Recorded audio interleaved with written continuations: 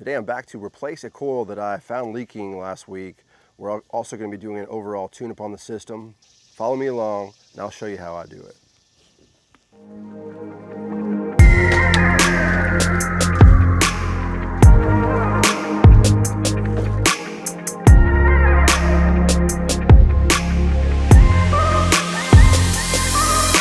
Alright, so this is what we got. I think it's an 05 Rheem Ruud. Yeah, so we got to get this thing recovered so we can get this coil replaced, and then we'll worry about cleaning this condenser. First we got to put on our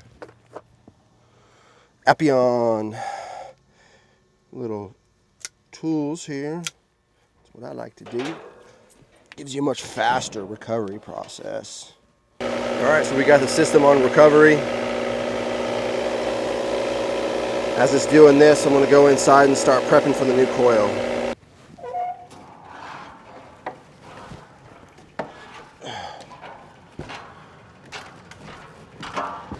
So on this particular one, we don't have to replace the actual housing.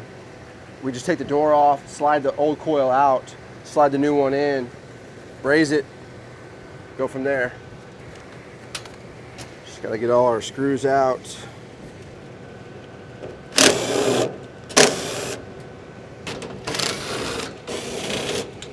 Here's our old rusty coil that we're going to be swapping out. This thing's leaking refrigerant, so we're going to get this thing changed out, get the system leak free.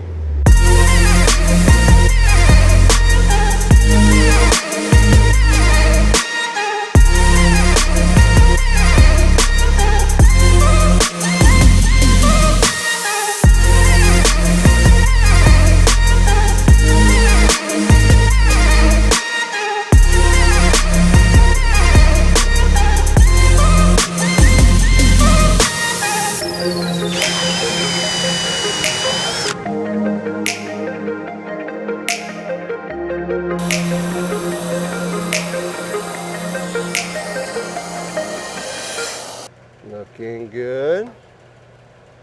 I like it. All right. We are ready to pressure test. Our pressure test is looking good. It's been about 10 or 15 minutes now. I've got both sets here and everything's looking pretty good. We're not really moving at all, so we're ready for a vacuum. I've got the new coil in, everything's wrapped up, sealed back up, re-insulated, drain lines reconnected. I went ahead and blew that out just to make sure we don't have any water leaks after this new coil is installed. I got my probes already in, ready to go. So I'm ready to go downstairs and release this vacuum and get this thing charged up, get it cleaned up. I just weighed in the factory charge for this condenser. At least that'll get me close, and we're going to be charging this system by superheat. So now we're going to get everything cleaned up before I actually turn it on. The thing I love about this long wand is I can get right inside this condenser fan without removing it.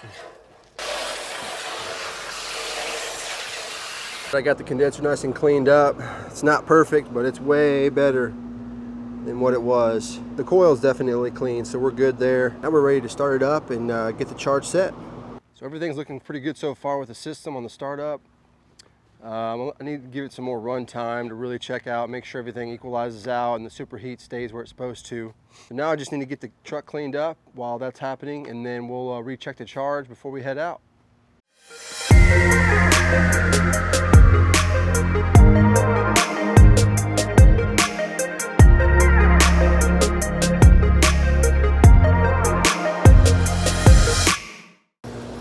So our target superheat is right at 19 degrees. We are at 17.6. Definitely happy with that. Ready to button this thing up and head on down the road.